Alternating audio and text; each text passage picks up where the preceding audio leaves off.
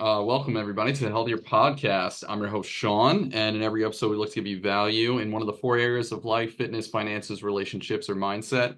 Today we got a very special guest, friend of mine, Justin the Dragon Carl. Welcome, sir. Welcome. How you doing? Good to be here, brother. Thanks for having me. Awesome, awesome. And yeah, of course, anytime. Justin was my mentor for a while, helped me a lot. His coaching program, but I don't want to take any more of his time. I'll start off, I guess, by asking you, Justin, like how, so obviously tell us a little bit about yourself, kind of, you know, where you grew up, where you live, and then kind of what you do now. Sure. So I grew up in a small town, Washington State, very, very small town. And I had a dream to go to Stanford University. And essentially, about like one person every several years would go to a place like Stanford University from my high school. So from pretty much middle school through high school, I made every decision based on a filtering system of would this help me get into Stanford or would it hinder me from getting into Stanford? And I was like super focused and really, was captain of the high school soccer team, captain of a club soccer team, president of honor society, key club, all that stuff, literally just like hardcore overachiever. And I applied and I got on the wait list, and then they only let in 8 people off the wait list, and I was number 16. And this was kind of like the first major like failure or setback that I'd ever been through. And it was probably my first kind of experience with like depression, missing a huge life goal that was 7, 8 years in the making. And I was spent a couple weeks and kind of just moping around being depressed. My mom came to me after a couple weeks and she said, Justin, you can let this break you or you can let it make you. And that hit me like a lightning bolt. And I was like, you know what? Like, I'm going to make this make me. So I decided to take a gap year. And instead of going to another university that wasn't really my dream, I decided to take the year off, retake all the tests, get new, write new essays, get new recommendations, letters of recommendation, and I reapplied. And I not only did I get in, but I actually got a phone call from Stanford, and they called me and they're like, "We just want to let you know that your application was one of the best ones that we've received this year. Welcome to Stanford University." And I was just like hooting and hollering and jumping around because this was such a big dream. And the reason I bring that story up, I think it's really powerful, is because all of us have, big dreams. And sometimes we miss them on the first go round, but that doesn't mean that you have to give up. And honestly, our biggest setbacks, our biggest failures can become our greatest strengths. And just that, experience of, going through depression, failing, and missing a goal, and then deciding to give it another go and not give up. That's been really formative experience for myself and, throughout life. Of course, I went on to experience other setbacks and failures, but I'm always able to draw on that experience of, kind of going back to the drawing board and trying again, because it really is never too late to achieve whatever it is that you want to achieve. And you may not get it on the first go round. So that's kind of how I got started. Right now, the way I kind of, when people are like, who are you? What do you do? I consider myself a multifaceted entrepreneur and athlete. I'm host of the Fit Rich Life podcast, a podcast all about fitness, money, and life optimization. I'm the founder of Fit Rich Life Coaching, a proven game changing fitness, money, and life coaching program designed to get people in the best shape of their life, master their money, and live a life they absolutely love. I'm a writer. I write a weekly newsletter all about fitness, money, and life, of course, holistic well being content creator. And I consider myself a life alchemist because I believe everything, good, bad, and neutral experiences can be energy that you can harness to learn, heal, grow, transform, and transcend to the next level of your life. So, Love it. I love it. Great answer. That's I like the the part about not, you might miss your dream at first and then not giving up on it. I think it's super important because, some people might be like, "Oh, I missed it. I might as well stop." But no, keep going. Doesn't mean it's over. Cool. Talk to me about how you got into financial freedom and fitness, because obviously there's some people that, first of all, aren't sure what financial freedom is, and then fitness as well. What made you want to, keep both or pursue both, and kind of how you got into that? 100%. Yeah. So, I've kind of not kind of have been extremely obsessed with fitness ever since I was pretty young, teenager. I still remember I would wake up at like 5 or 6 a.m. in the morning before high school, and I'd go for like a 1 to 2 mile run, before I got on the school bus to go to high school, before I got the car to drive myself to high school. And I you know, that same time, kind of end of high school, started getting into weightlifting in high school PE. And during that gap year, when in between my last year of high school and the in between year before I went to Stanford, I went and lived abroad in Barcelona, Spain. And my flatmate was like really into going to the gym. So we go to the gym pretty much every day. And he was quite a bit older than me, but he kind of helped me take it to the next level in the gym. But the challenge for me is even, during Barcelona, my time in college, and then the first, 7 to 9 years after college, I was always kind of what I called or think of as now as kind of fit, kind of fat. Like no one would be like, he's overweight or out of shape, but I never had the abs and the muscular physique that I always wanted. And I spent, 15 plus years trying to figure this out on my own, reading everything online, trying all the supplements, trying all the different diets, trying all the different workouts. And around age 31, kind of as a last ditch effort, I was like, man, like I've tried everything. This isn't working. I'm going to try working with an online fitness coach.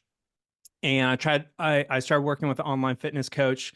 And no joke, in 6 months, I lost 30 pounds of body fat. I went from about 17, 18% body fat down to around 8% body fat, and like finally got that ripped physique that I want. I had the abs, I had the muscular physique. And that was like when I first started posting shirtless photos online because I finally got the body that I wanted. And the money thing, the money thing for me was also like a childhood dream. So my childhood dream was to be a millionaire, Mhm. and I grew up in a family where money was always really tight. And Justin, I'm sorry to interrupt. Before you move on to the money part, the fitness part, very impressive. How, I know it's probably a long answer, but I guess the short of the fitness part, how did you do that? yeah, Or like so a few tips. yeah, absolutely. So what gets measured gets managed, empowered, and manifested. And working with my coach, essentially, he had me start to track my food.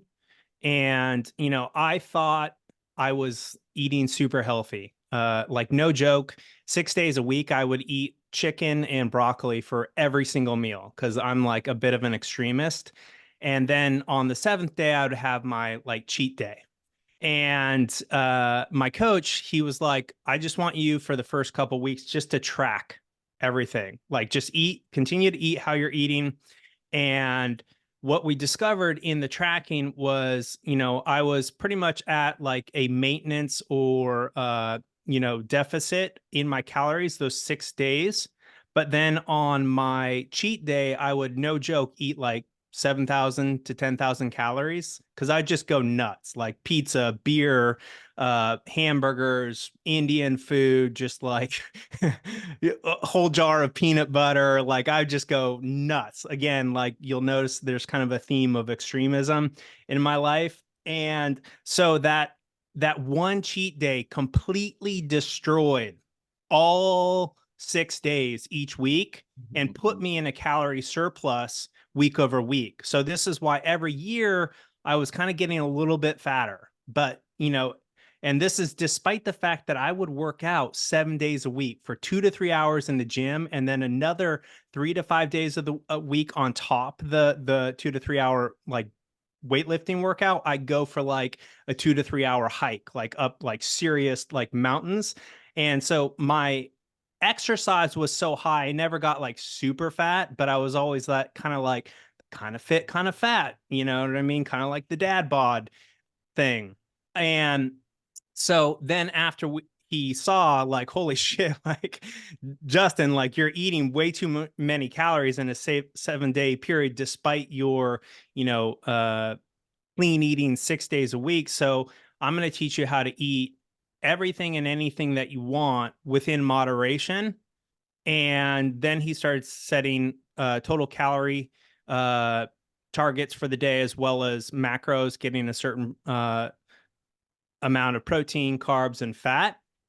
And what was so beautiful and amazing about that is like I literally made it a game to like have dessert every single day. And as I was like, and eating all the things I wanted to eat, including hamburgers and pizza and all this stuff. But I was focusing on hitting my macros and staying at my total calorie target, which was putting me in a slight deficit. And then, the body fat just started to come off like so easily. Like it was incredible. And for me, that was incredibly liberating to realize that like I didn't have to eat chicken and broccoli 6 days a week for every single meal of the day. Like I could actually have dessert every day. Like, and so I just planned in dessert. There was times when I when I'd have like 2 or 3 ice cream bars per day, and I just save calories for it. And I just make it a game to like eat everything and anything I wanted, and I just plan it to fit within my macros.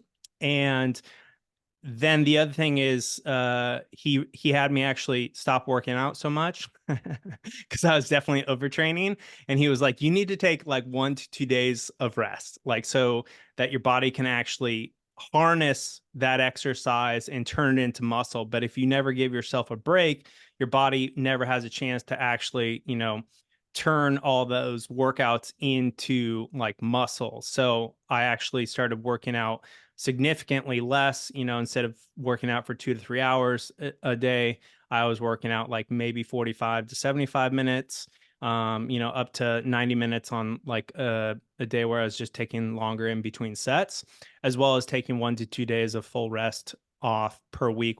And maybe I go for like an easy walk or easy hike, but I would just actually take some rest days and really actually learning, you know, about nutrition was the biggest unlock for me because you can't outwork your diet. And this is where most people fail. And, they've done studies on this. Until you actually like weigh your food out on a scale, like most people underestimate what they eat by 50% or more. Mhm. And this is why most people they're like, "Oh yeah, like I'm eating in a calorie deficit." But if you're not losing weight or body fat, you're not in a calorie deficit. And, there's lots of people who make oh, but I have a slow metabolism, blah, blah, blah. In randomized control studies where people are literally forced in a situation to be in a calorie deficit, even those people lose weight. So that's why I said, what gets measured gets managed, empowered, and manifested. And, really for anyone who's looking to get more fit, if you're not tracking your nutrition, like you might get there, but probably not. And if you just take the time to learn how to track your nutrition, you can literally, enjoy a life of eating everything that you want and getting in incredible shape. And, so I've been tracking my food for no joke 10 years running. And I've been, anywhere between 6 and 10% for the last 10 years straight, year round. Wow. And I still eat out. I still eat all the things I want. I still have dessert every single day. And for me, it's just a practice of mindful eating. So yeah, it takes me like an extra minute or two per meal to, weigh everything out and track it, or to estimate it when I eat out. But the cool thing is when you weigh at home, then when you eat out, it's really easy to like, oh, like I know what like 6 ounces of tofu looks like. I know what like, a cup of rice looks like. I know what like 500 grams of broccoli looks like. And you can just easily estimate why you eat out and still stay on track. Are you because obviously like low carbs is like something that's very common. Are you like eating low carbs and higher protein, or it's like a mix? Yeah. So for me, honestly, it doesn't really matter what you do. Some people do well on a lower carb diet and higher fat and, a good amount of protein. Other people do better on higher carb and lower fat and a good amount of protein. And for what's worked well for me for the last 10 years is about 50 to 60% of my diet is actually carbs, and then 25% protein and about 20% fat. And that's just what works really well for me. And my coaching program is a moderate to high carb, a medium to lower fat, and like approximately zero point 0.6 grams to 1 gram of protein per pound of body weight. Or if you're like significantly overweight, like per zero point 0.6 grams to 1 gram per pound of ideal body weight. If you're, got 50 to 60, 70 plus pounds to lose. So I think most people thrive on a higher carb diet because carbs are our body's number one preferred source of energy. And but you can train the body is incredible. You can train it to do anything. Like you can do like a keto diet, which is traditionally super high fat, really low carb, and you can like train your body to thrive off of that. But right now there's no long-term studies on like what like a ketogenic diet does for health and longevity. It does work really well for people who have like epilepsy and stuff. They've proven that, but there's no long-term studies. The only long-term studies on, health and longevity is around whole food plant-based diet. Is the only diet scientifically proven to reduce the chances of cancer or even reverse cancer. And so that's, pretty much what I follow. Gotcha. Awesome. That's good to hear. And how long would you and then we'll move on to the money part.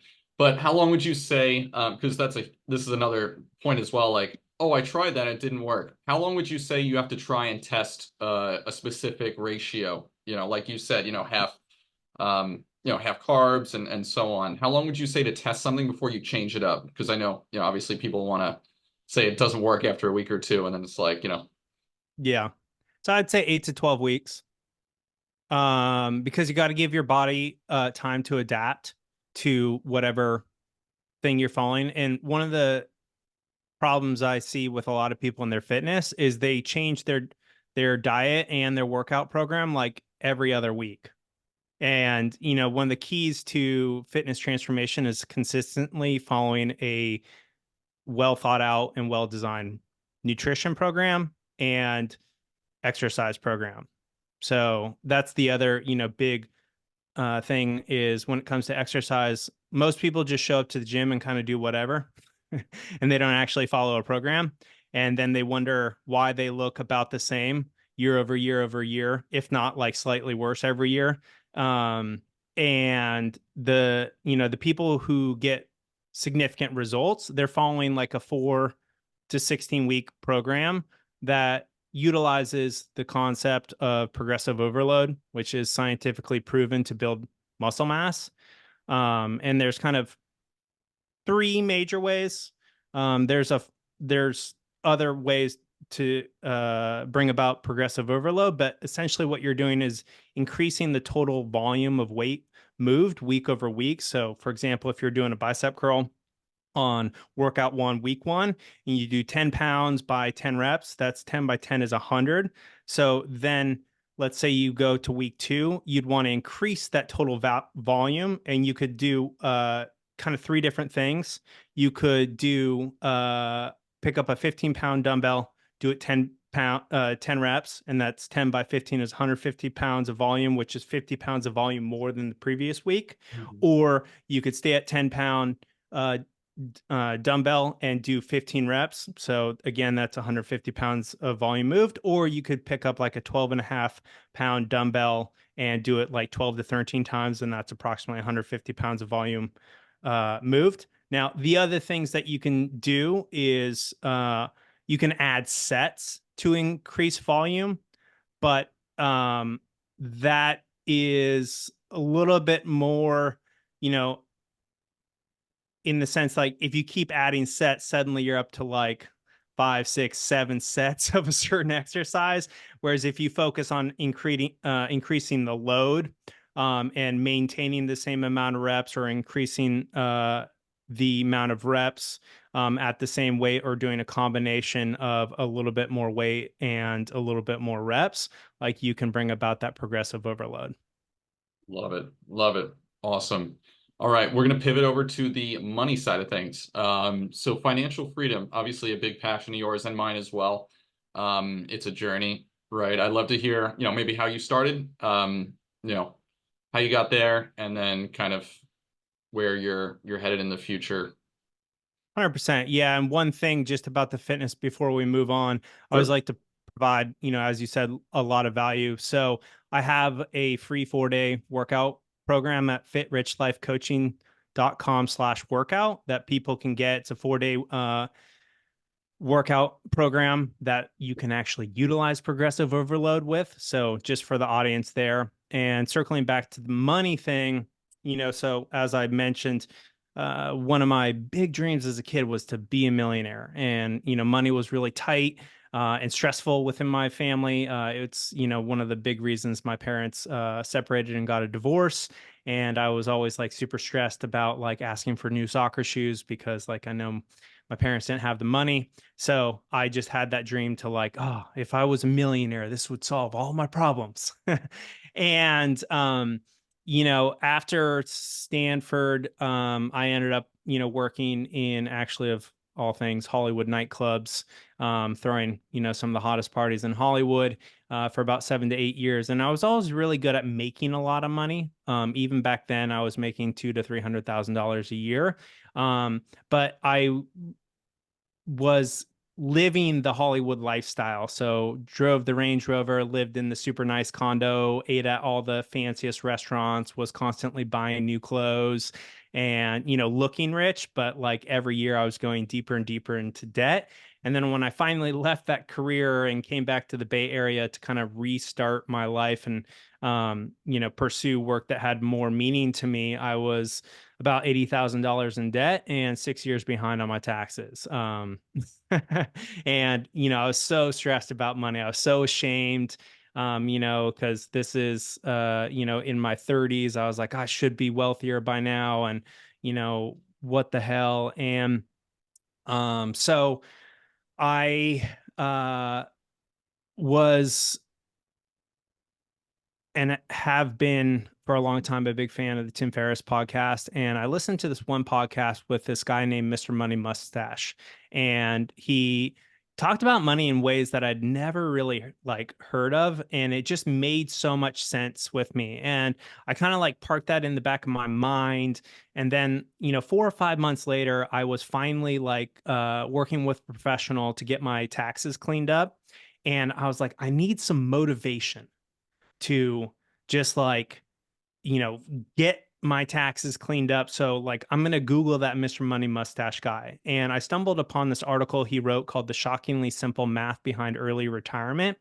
And essentially it broke down this idea that if you could get your savings rate to a certain percentage, that after, if you get your savings rate, and a savings rate is essentially the percentage of your income that you actually keep after you pay all your bills and your expenses.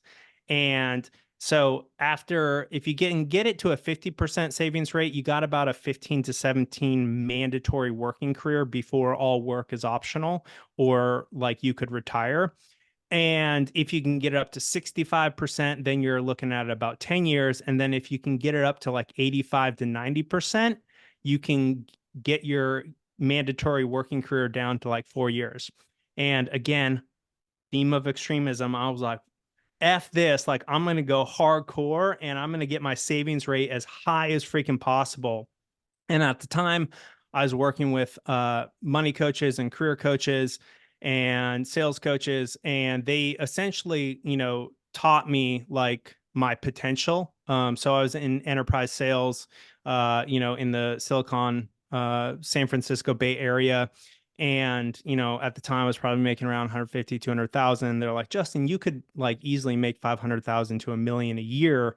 And I was like, what? I can? And that's like, the power of like having a coach or someone who's like, dude, you have so much untapped potential. Like, here's what's possible and here's how you get there. And so, within about a year or two of kind of like undergoing that coaching and that mentorship, I, started to make, close to 400,000. Then I made over 700,000. Then I, at my peak highest year, I made 888,000. And this is at the time that I was like finally like tracking my savings rate. And so instead of upgrading my lifestyle, which is what I had done previously, every time I made more money, I just spent more money, hence why I would go in more and more debt. So basically, in 2 years, I went from negative $80,000 to becoming a millionaire. And then about by around like year three, I had become like a multimillionaire and was completely financially independent. And just to define financially independent for the audience, financial independence is like when your money makes enough money to cover the cost of your living expenses. So that would be like you have money invested in, the stock market, and the money that that invested money generates is more than enough to cover your annual cost of living. And, so for me, tracking that savings rate, again, it's that going back to that what gets measured gets managed, empowered, and manifested. So again, providing massive value for your audience. I have a free savings rate money tracker that people can download at fitrichlifecoaching.com/tracker. And people can actually start tracking their savings rate. And what's crazy, it's the same thing. When you start tracking your food, you're like, holy shit, I'm eating so much fucking food. Like, no wonder I'm like actually like getting fatter every month or every year. It's the same thing. When you start tracking your savings rate, you're like, what the hell? Like, I'm in a negative savings rate, or I'm like barely saving 3 or 4% of the money that I make. And then through that tracking process, you start to optimize your expenses and, really like take, it all under control. And originally, when I started to pursue financial independence, I thought it'd take me 7 to 10 years. But that's the cool thing, is once you start this process, start tracking, then you just start optimizing and like really like getting your expenses under control, finding opportunities to make more money, increase that savings rate. And I just made it a game for myself to feel as free as possible, have as much fun as possible, and get my savings rate as high as possible. So every month I was like trying to get my savings rate higher and higher and higher.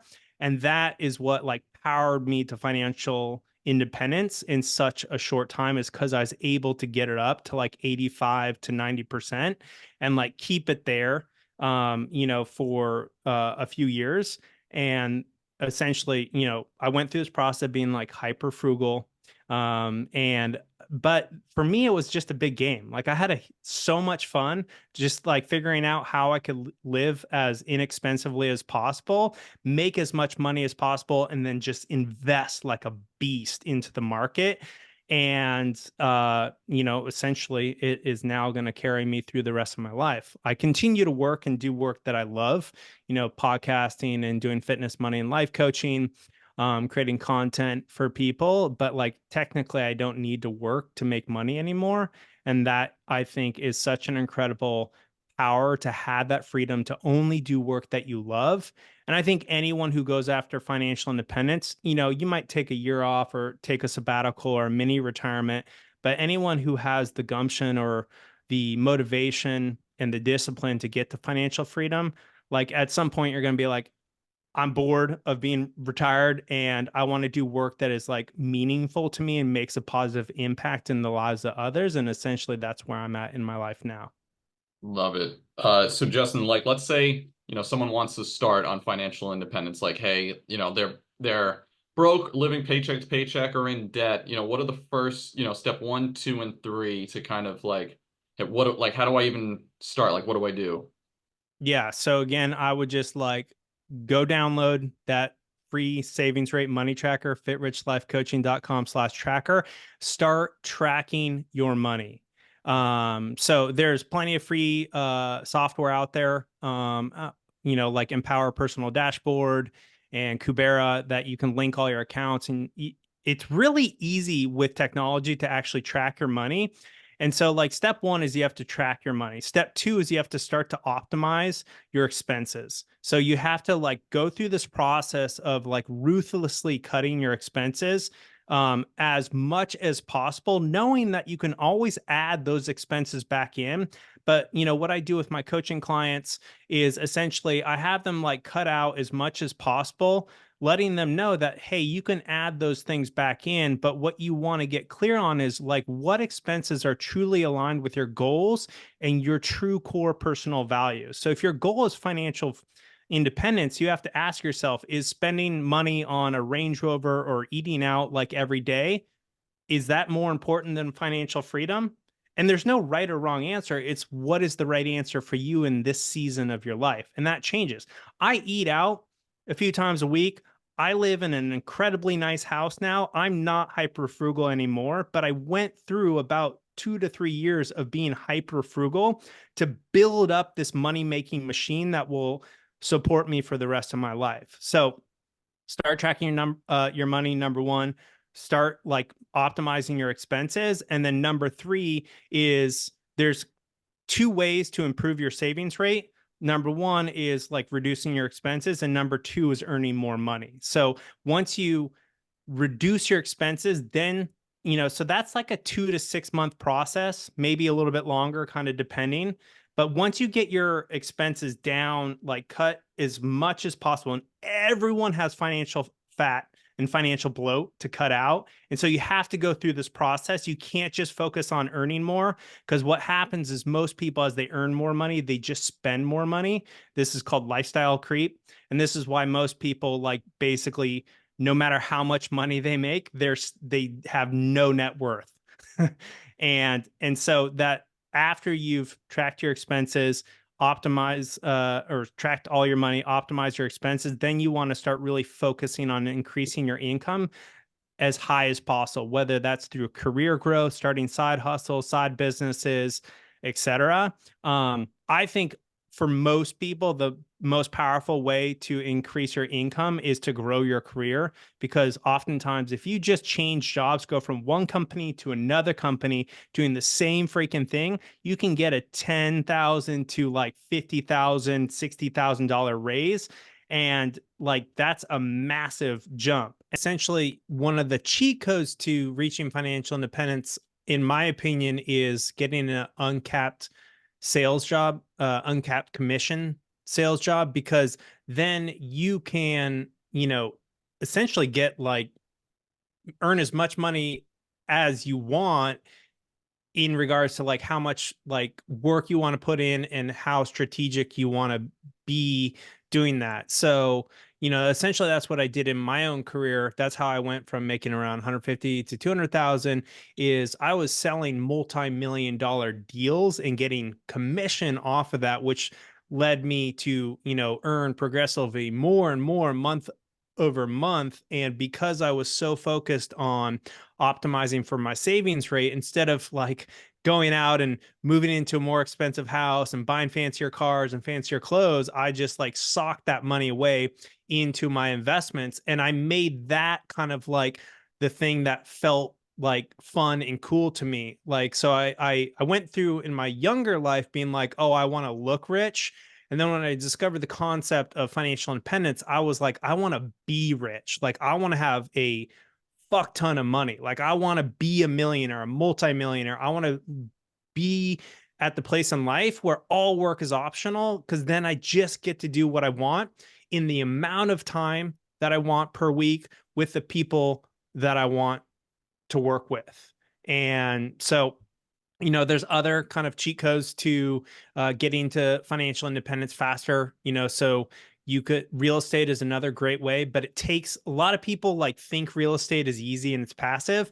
It is a fuck ton of work for the first like 5 to 10 years, and then you can turn it into pretty passive income. But like it's a full-time like job, and you either have to get creative in your financing. Like I have, one client, he's on his third property that he's doing Airbnb with, and he's put none of his own money in, and he's just gone out and gotten other investors, but he's put all the deals together. He's managing the Airbnbs. He's doing all the work.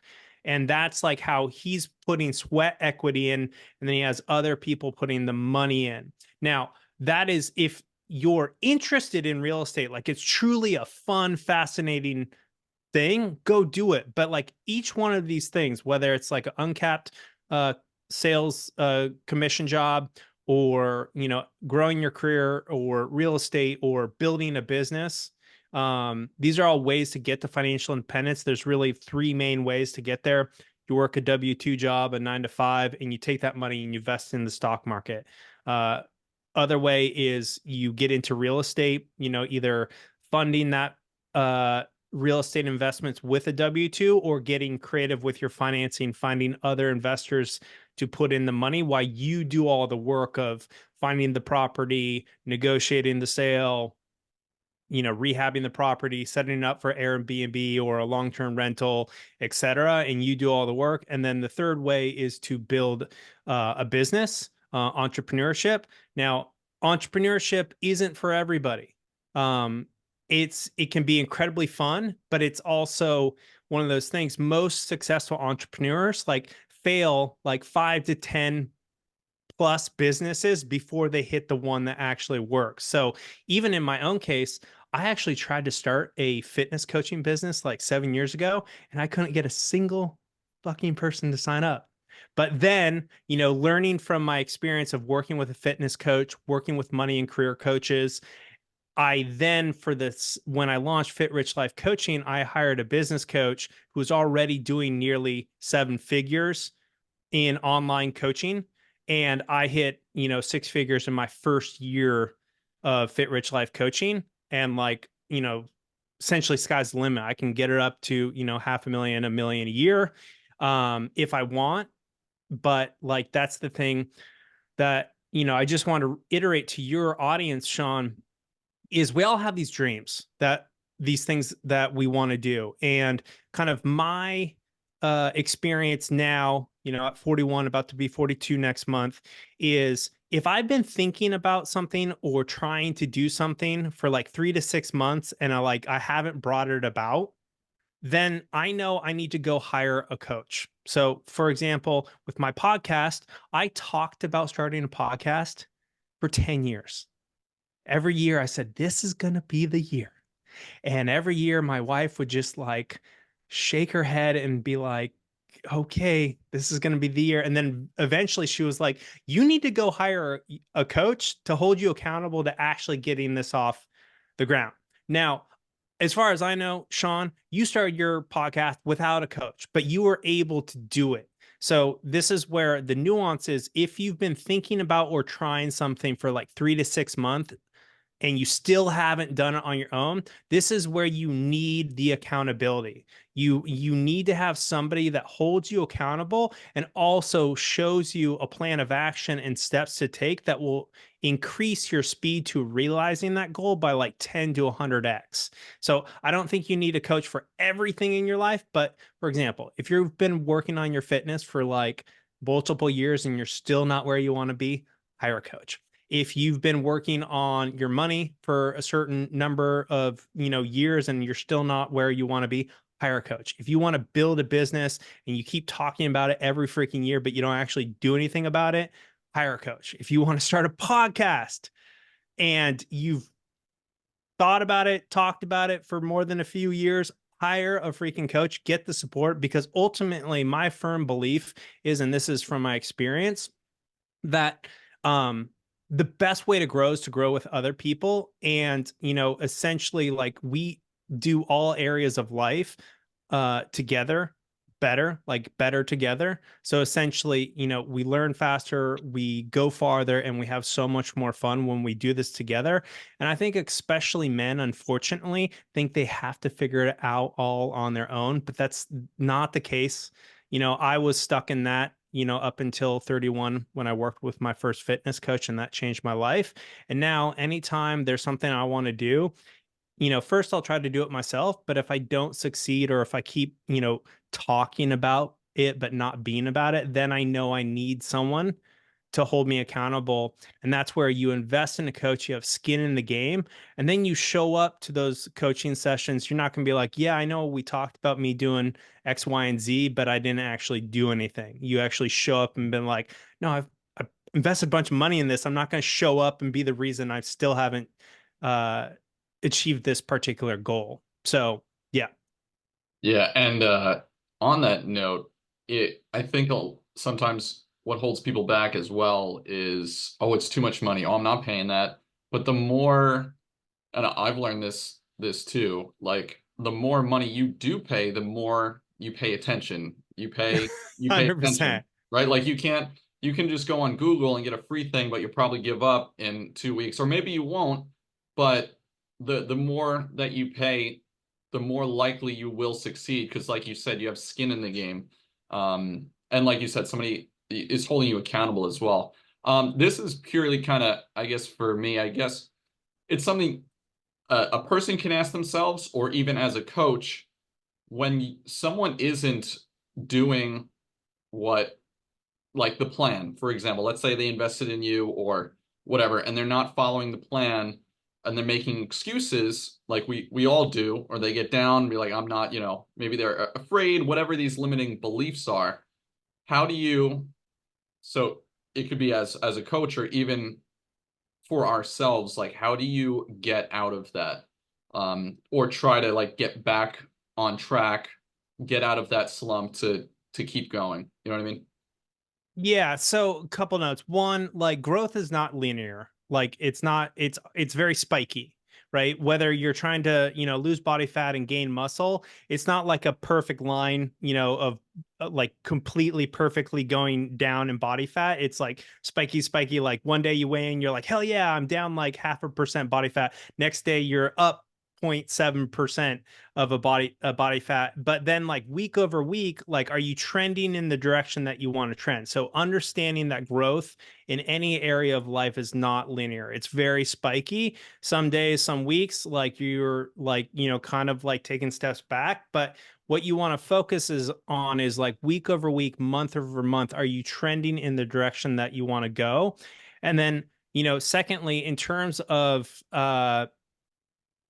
actually staying on the plan, is you have to have a really big why, right? So whatever, whether it's fitness, whether it's money, like, you have to have a really big why to lean on, right? So for me with fitness is like, I wanted to showcase to people that you could be an entrepreneur, that you could be married, that you could be, fully plant-based and be jacked and look great and like live a life you love And so like I wanted to show people what was possible. So my why wasn't just like I want to have a six pack so I can show up to the, pool party at the beach and look good, but I wanted to instead show humans, mankind, womankind, like you can live a life that you absolutely love, eat the food that you love, and be in incredible shape and like live a life of like freedom and fun. And so like my why for my fitness was really big. And same thing for my money. I wanted to show people that you could go from $80,000 in debt and 6 years behind on your taxes in your mid 30s and turn it all around and become a millionaire. And so like one of my kind of themes in my life is it's never too late. Like, and it's never too soon, and that's why I wish like I had started working with a coach in my 20s instead of my 30s, because I'd be, fitter a decade earlier, and I would be significantly, I would have become a millionaire much, much sooner. So you really have to have a big why, and you can stack whys together. There's nothing wrong with wanting to look great at the beach or look good while you're naked. There's nothing wrong with that. But like, what are other more like whys that you can stack all that together? And then understanding your why, you're able to adhere to the program. And then also, like a lot of times, what people do when they're trying to achieve goal is they try to add more and more and more stuff. But a lot of times, we actually need to go through and do like an audit of our life and our activities and start to subtract the things out of our life that aren't serving us anymore, that give us more time and energy and mental and energetic bandwidth to pursue and achieve that goal. So it's like actually understanding, what are you doing with your time and your energy? And are there things that you need to stop doing in order to pursue that goal? And then lastly is like, are there limiting beliefs that are holding you or that person back from achieving that goal? So if you think like no matter what, I can never truly, be super fit or be wealthy, no matter how much money you make or, opportunities come into your life, if you don't first like go to that root limiting belief that says you can or cannot be fit or rich, and like update that to like I can actually, become very fit, become very wealthy, then it doesn't matter what you do. And so like a good coach will help you work on those limiting beliefs that you may be completely unaware of. So I'll put this into context for you. With my podcast, uh, one of the limiting beliefs that I was completely unaware that I had was that my parents would not love me if they knew how successful I was financially. Because I always wanted to talk about my financial success, how terrible it was, like, being 80 grand in debt, how ashamed of money I was. But then also the fact that like how much money I made and how much wealth I grew, and the fact that I became financially independent, multimillionaire.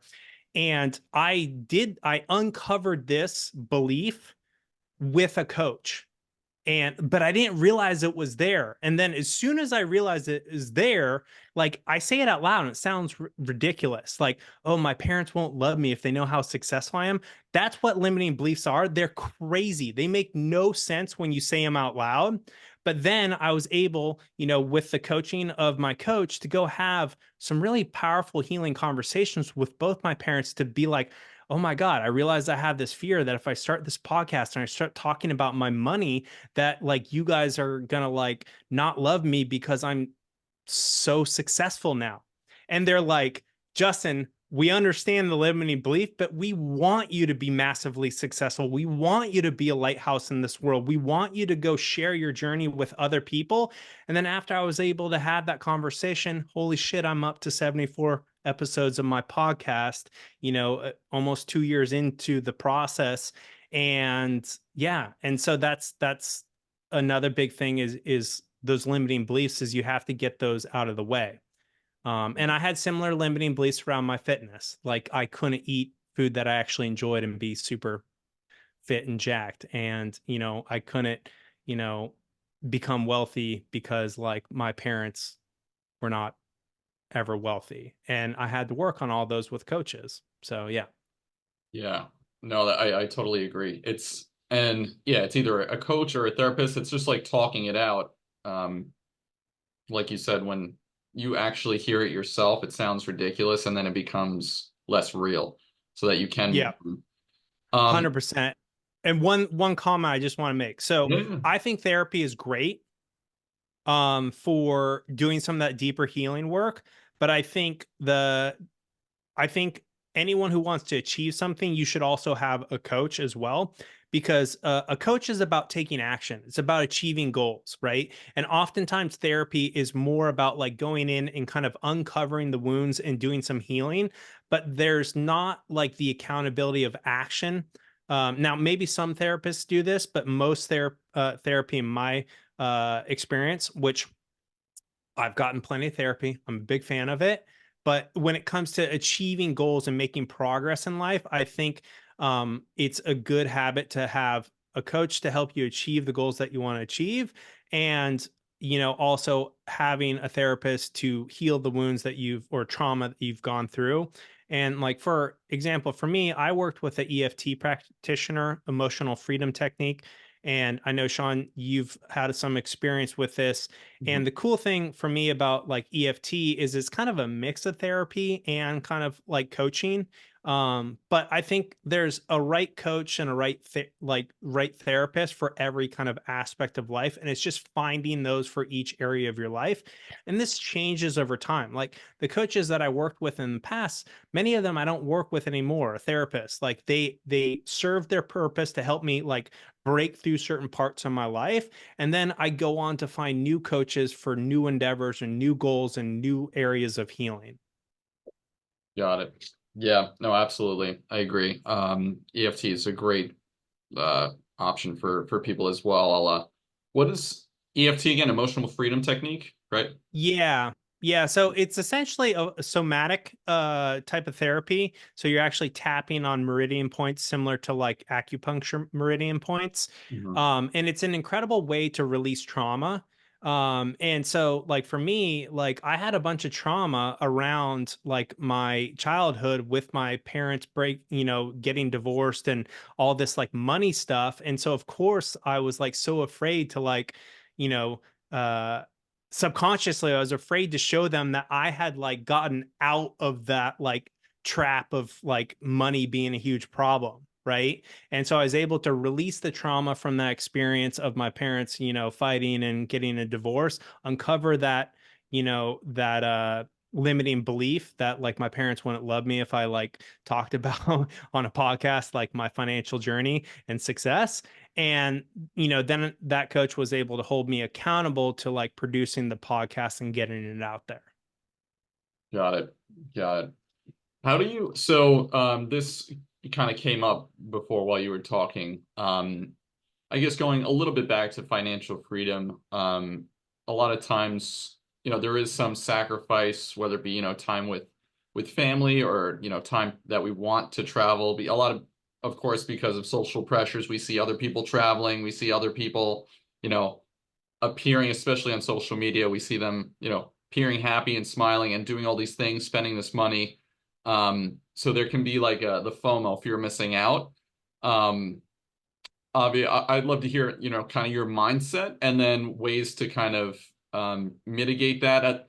For me, it's definitely a balance. Like, I guess my answer would be balance. When you feel yourself starting to not have that sense of life, or you're doing too many things that are taking your energy versus like filling it back up, that's a key to like, all right, I need to do things that give me energy again, so that I can, move on. I'd love to hear your thoughts.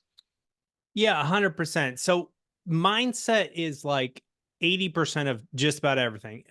Fitness, money, entrepreneurship, etc. 20% is like tactics, tools, and strategies. But if you don't have the right mindset, like you're never going to succeed. So, you know, obviously everyone's showing their highlight reel on social media, right? They're not showing you like, oh shit, like, I'm like deep in debt despite like the fact that I just went on this incredible trip. So, right, like you see these people posting about, this vacation or this and that, but you don't, like, everyone has problems. and it's different for everyone. Some people it's health or money, or fitness or relationships, but like no one gets out of life without like having some sort of like healing, growing journey that they have to go through. So for me, that's why it's so important to understand your why. Like, why are you pursuing financial freedom, and like getting crystal clear on like what that why is, but then also realizing that with your mindset, you can have an incredible journey to greater and greater levels of financial freedom if you choose, right? So if you think you're having fun being frugal and creating like really awesome experiences that cost little to no money, like when I was pursuing, financial freedom, financial independence, like I still traveled, but instead I do like road trips, and I would like find ways to stay for free at places like my friends, had a house in, Monterey, and I could stay there for free. And so I was able to go, like, this is what I did for a birthday one year during my time, is like, I literally just like hit my friend up and it was like, hey, I know you have a place in Monterey, like that's an Airbnb. Like, I'm really committed to like finding financial freedom. Is there a time I could use it for free? And my friend's like, oh, hell yeah. Like, here's a date. Like, it's open. You can have it. And I went and like, essentially stayed in that house, and I bought groceries instead of going out. I still went out to a restaurant once or twice during that trip, but like I only went out once or twice, not every single day, because at that time in my life, my number one goal was financial freedom. And so that's why like you have to understand what your goals are and what your values are. And when you understand that, then you can actually like go through like joy of missing out, like JOMO instead of FOMO. And it's Mm. like, hell yeah, I'm excited that I'm not spending all my money like going out to the bars and spending massive amounts of money on, food and drinks, because like I'm getting richer every freaking week, every month. I'm investing more and more money, and that is aligned with my goals and my values, and that feels good to me. And you can tell whatever story you want about your life, because you are the author of your life, right? You can choose to be a victim or an author. And when you choose to be an author, like you are the hero of the story. And so now, like, I knew going through this period where I was like hyper frugal for like 3 years would be such a great like story for people to hear. Cause like I literally did not go eat out at a restaurant where I paid for over 2 years. Cause even though I was making insane amounts of money, because again, my highest excitement was financial freedom. Now, understand that is a temporary strategy, not an entire life. Can I take 2 to 3 years out of our life to be hyper focused on achieving a goal, maybe longer, and to like bring about something that will last for the rest of your life? So I'm 41, 42, about to be 42. I'm probably going to live to, over 100 at the rate I'm going. And, so I got another 60 years of time where money is not an issue for me anymore. Right. And so that, like, in a sense, was it a sacrifice? I don't know, because I had so much freaking fun, because I decided to write my own story about that adventure. That's brilliant. I love that. I like the JOMO. That's great. Yeah, it really Yeah. is. That's a good way to think about it, because Yeah. if you're excited about that that goal and that journey, it makes it a lot better. Um, Yeah. One more thing is, the yeah. truth is you can make anything look fun and cool with the right mindset. So like all my friends, like they were still eating out at restaurants and like, buying expensive houses and cars. And I was like, hey, my number one goal right now is financial independence. So like I'm going to go on this awesome hike. I'm going to go rollerblading. I'm going to do these.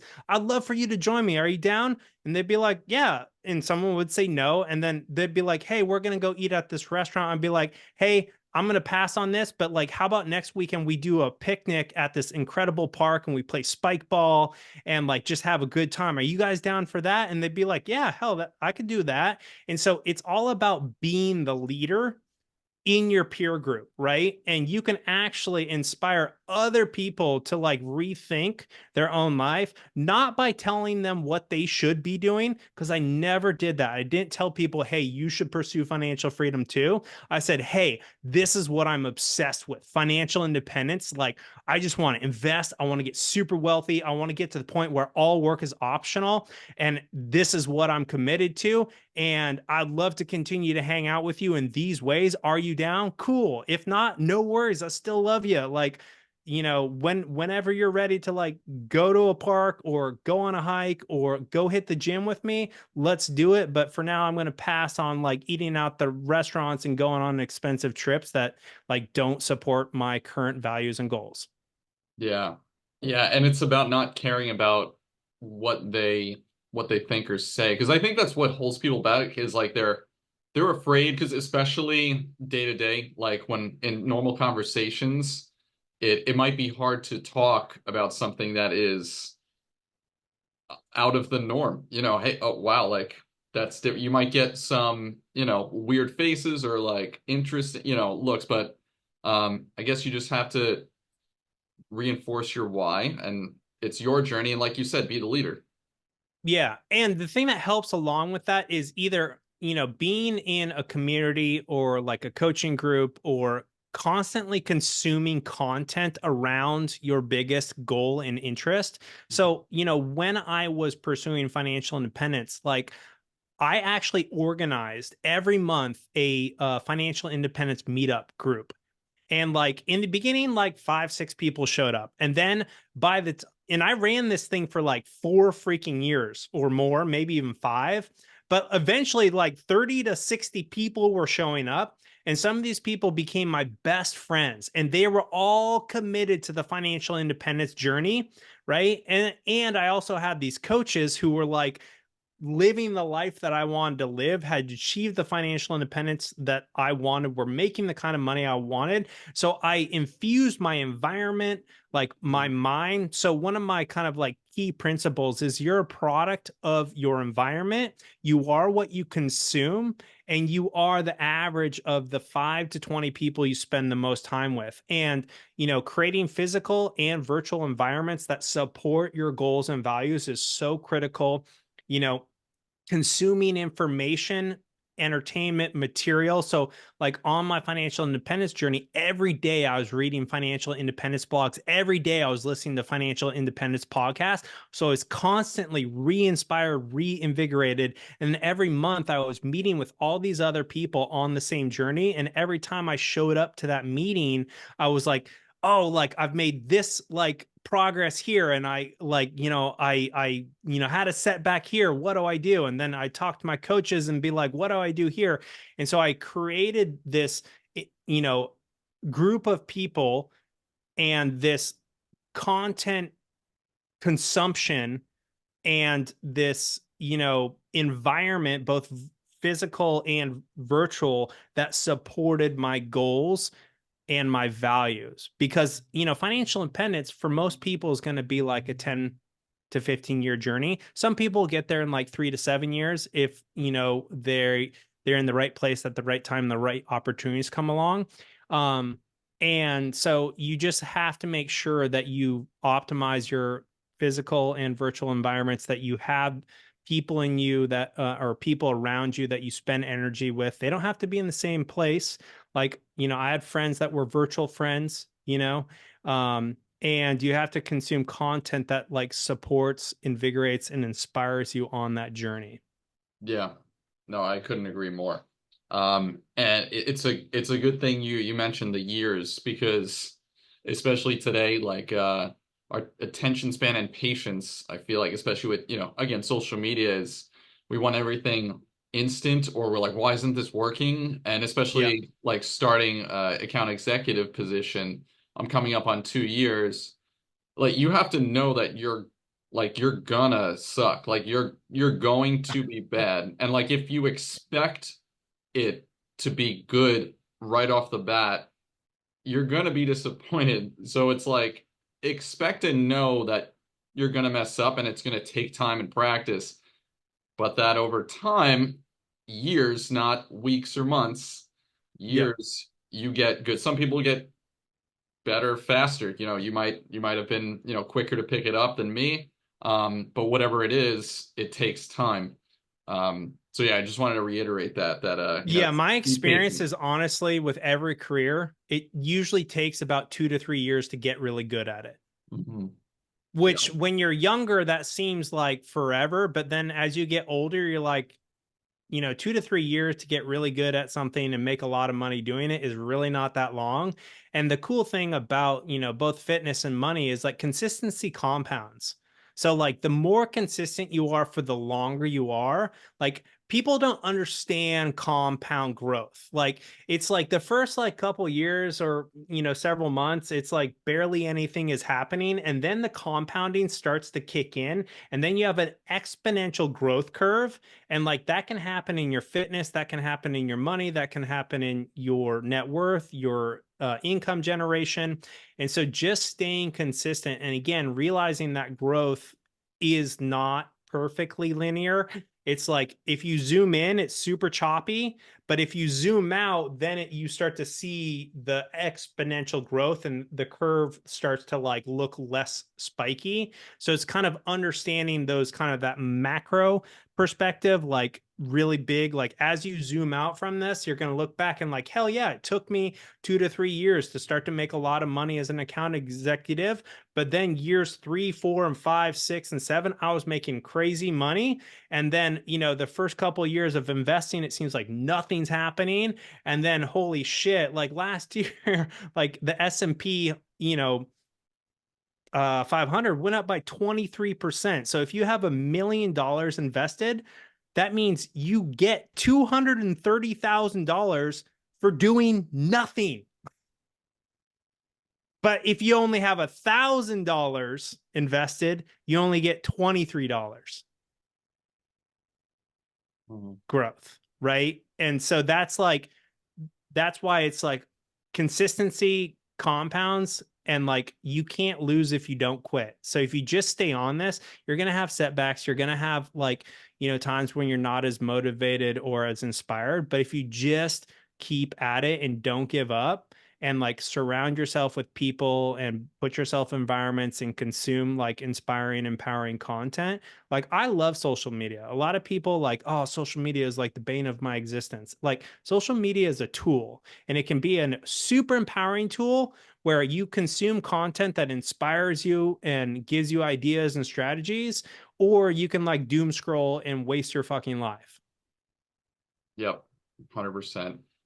Before we wrap up, Justin, you have any, you mentioned, consuming the content that, helped you along the way. Do you have any books or resources that you want to like recommend, as well as, obviously your own coaching and resources? Yeah. So kind of for people kind of on the beginning of their career journey, like there's a book, So Good They Can't Ignore You by Cal Newport, I think is a great book to read. And it really focuses on like getting really good at something and not worrying about finding your passion, because everyone's so stressed out about finding their passion. Um, and that's a great book, really short, easy read. Obviously, my podcast, Fit Rich Life, like the entire podcast is filled with books and ideas and strategies. Also, I have a newsletter, Fit Rich Life newsletter, and it's weekly tips, tools, and strategies to level up your fitness, money, and life. And kind of the idea is like get fitter, get richer, and live your best life in like less than 10 minutes a week reading it. So you can just go to fitrichlife.com/newsletter, sign up there. No spam. It's easy to unsubscribe if you decide it's not for you. And it's just empowering content there. And then obviously, if you're interested in working with me as a fitness, money, and life coach, like I'm pretty much always working with about 25 to 30 people. And you can go to fitrichlifecoaching.com and book a free consultation to meet with me to see if the program would be a good fit. Or you could drop me a DM on Instagram at Justin David Carl. Best place to connect with me, honestly, is Instagram. I create a lot of empowering content there. It's the place I'm the most active, and I always love connecting with people over DM there. But you can go to my website, you can listen to my podcast, you can join my newsletter, or you can connect with me on Instagram.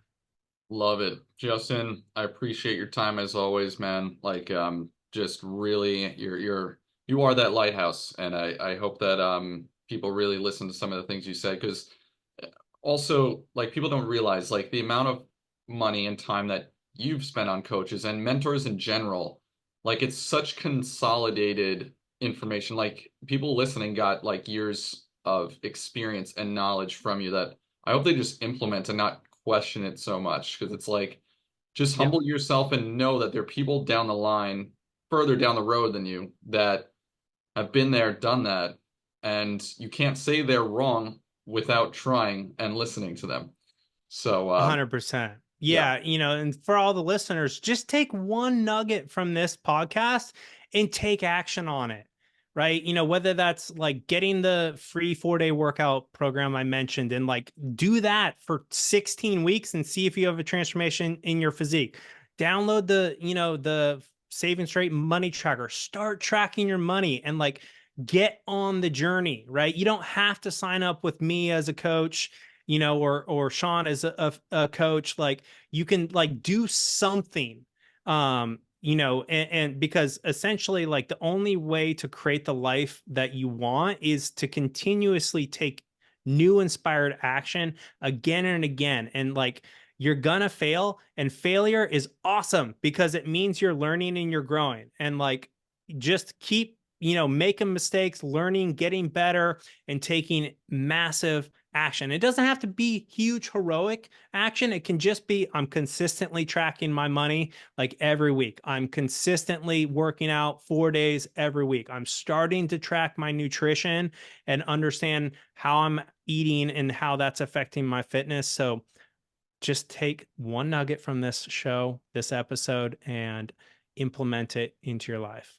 exactly. I love it. Couldn't have said it better. Justin, thank you for your time, brother. And I will link everything in the show notes as well. Go follow his podcast. It's really, really good. And until next time, everybody, we will see you in the next episode. Again, thanks, Justin. My pleasure, brother. Good to connect. Likewise.